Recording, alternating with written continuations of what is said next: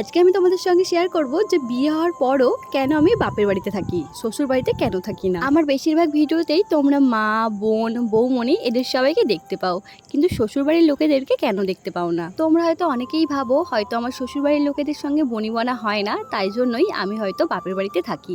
কিন্তু বিশ্বাস করো, এরকমটা কিছুই নয়। আসলে আমি একজন নিউবর্ন বেবির মা, তাই জন্যই কিন্তু আমি এতটা সময় আমার বাপের বাড়িতে আছি। মানে রেস্ট নেওয়ার জন্যই কিন্তু বলতে পারো এক প্রকার আমি বাপের বাড়িতে এখন আছি। সিজারিয়ান মা, তাই সেরে উঠতে আমার কিন্তু বেশ অনেকটাই সময় লাগছে।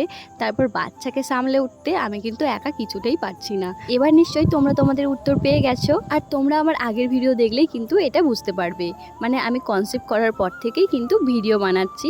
এখন আমার বেবিকে নিয়ে অতটা ভিডিও বানানো হয় না, মানে বানায় না আসলে। আমার বর এইসব পছন্দ করে না, তাই জন্যই কিন্তু করি না।